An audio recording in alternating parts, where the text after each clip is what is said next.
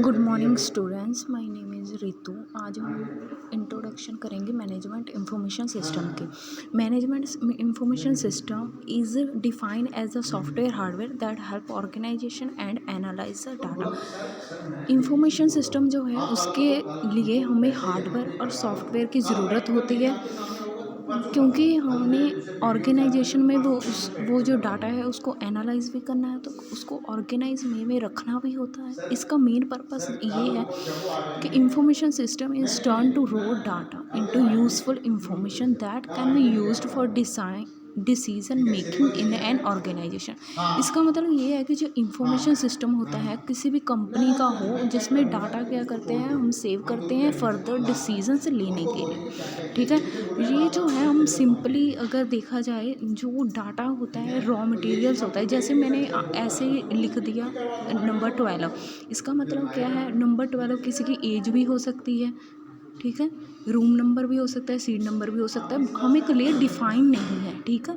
But हमें पता है कि ये 12 है, that is a data, raw material हो गया। इंफॉर्मेशन क्या हो गया, अगर मैं 12 के साथ ये लिख दूँ कि ये सीट नंबर है, ठीक है, हमें करेक्ट इन्फॉर्मेशन का पता चल गया, दैट इज़ कॉल्ड इंफॉर्मेशन, ठीक है। सिस्टम क्या हो गया, इस पूरी इंफॉर्मेशन को सेव करने के लिए, स्टोर करने के लिए, रिट्रीव करने के लिए हमें डाटाबेस की ज़रूरत पड़ती है, ठीक है। डाटाबेस को डाटाबेस में स्टोर करने के लिए, that is called information management system, ठीक है। इसको हम दो तरीक़ों से अच्छे से समझ सकते हैं। एक है जनरल पर्पस एंड एक है स्पेशलाइज्ड इंफॉर्मेशन सिस्टम।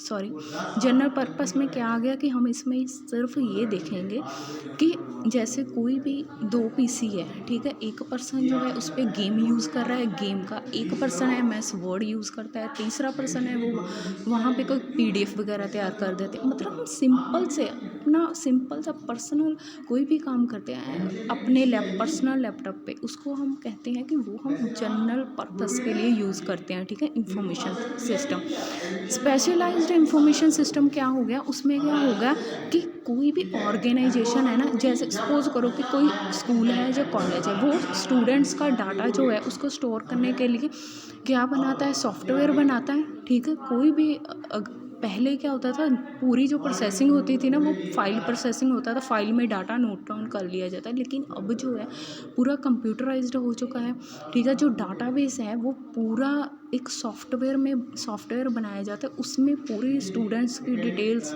ऑर्गेनाइजेशन के टीचर स्टाफ पूरी डिटेल वहाँ पे सेव की जाती है। मतलब कि ऑर्गेनाइज की तरफ से एक स्पेशल एक सिस्टम बनाया जाता है जिसमें इंफॉर्मेशन स्टोर होती है। हम क्या करते हैं, वहाँ पे इंफॉर्मेशन को क्या करते हैं, इंसर्ट कर सकते हैं, डिलीट कर सकते हैं, मॉडिफाई कर सकते हैं और रिट्रीव कर सकते हैं, ठीक है।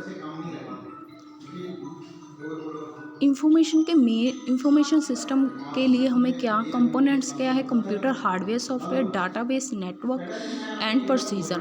मींस दैट कि इंफॉर्मेशन सिस्टम के लिए हमें कौन से कंपोनेंट की ज़रूरत पड़ती है। हार्डवेयर मींस दैट कि हमारे पास मॉनिटर होना चाहिए, कीबोर्ड होना चाहिए, लैपटॉप होना चाहिए, माउस होना चाहिए, ठीक है। सॉफ्टवेयर में क्या आ जाते हैं, जैसे कि सॉफ्टवेयर आपको पता ही होगा कि जैसे कि सी लैंग्वेज में तैयार होते हैं, जैसे कि PHP हो गया, ASP.NET हो गया, डिफरेंट लैंग्वेज के थ्रू जैसे कि सॉफ्टवेयर बनाए जाते हैं जो हमें ओरिजिनल स्क्रीन पे दिखाई देते हैं, ठीक है। That is a software is a set of instructions that are used to make a software, particular software. Database क्या होता है, इसमें ओरेकल वगैरह होती है, ठीक है। डाटाबेस यहाँ पे डाटा जो है वो हमें दिखाई नहीं देता, ठीक है। डाटाबेस जो होता है वो हमें दिखाई नहीं देता, पर्टिकुलर उसके लिए कोडिंग वगैरह की होती है, एसक्यूएल ओरेकल वगैरह आप पढ़ेंगे DBMS में। जो भी हम इंफॉर्मेशन जो होती है ना सिस्टम पे टाइप करते हैं, वो डाटाबेस में आकर स्टोर होती है। जब भी हमें इंफॉर्मेशन जो चाहिए होती है तो हम वहाँ से जो डाटा से है वो इंफॉर्मेशन डाटाबेस से कलेक्ट कर सकते हैं, ठीक है। इसके लिए हमें नेटवर्किंग भी चाहिए, ठीक है। कोई भी सॉफ्टवेयर है उसको चलाने के लिए नेट तो हमें चाहिए। देन कुछ प्रोसीजर्स यूज़ होते हैं इंफॉर्मेशन सिस्टम को यूज़ करने के लिए। ठीक है, जैसे कि मैं ये डायग्राम के द्वारा आपको इजीली समझा सकती हूँ कि ये जो है वह काम कैसे करता है इंफॉर्मेशन सिस्टम। जैसे कि यूज़र मॉनिटर, हमने एक यूज़र जो है एक मॉनिटर पे काम कर रहा है, वो अपना फॉर्म फिल कर रहा है। कोई भी फॉर्म हो गया, बहुत से फॉर्म होते हैं, जैसे कि आप सोच लो कि बैंक का कोई भी फॉर्म है वो फिल कर रहा है, उसके लिए हमें इंटरनेट तो चाहिए। वो इंफॉर्मेशन कहाँ से फेच करेगा? सर्वर होगा, जैसे कि अमेरिका में सर्वर है गूगल का, वहाँ से इंफॉर्मेशन फेच करेगा, अपना जो है पूरा फॉर्म फिल करके। उसके बाद क्या होगा कि वो जो इंफॉर्मेशन है डाटा में जाकर सेव हो जाएगी। डाटाबेस में जब सेव होगी, उसके बाद जब हम फॉर्म सबमिट करेंगे, सबमिट करने के बाद वो हमें एक यूज़र आईडी प्रोवाइड करेगा। यूज़र आईडी जब प्रोवाइड करेगा, मीन्स डाटाबेस ने यूज़र को इन्फॉर्मेशन दे दी अपने बारे में। ठीक है, ये जो है इंफॉर्मेशन सिस्टम ऐसे वर्क करता है। Thank you students. अगर आपको ये वीडियो अच्छी लगती है तो लाइक करिए। अगर किसी भी स्टूडेंट को कोई भी डाउट है तो मेरी रिक्वेस्ट है कि आप कमेंट बॉक्स में इसको आप लिख सकते हैं। Thank you.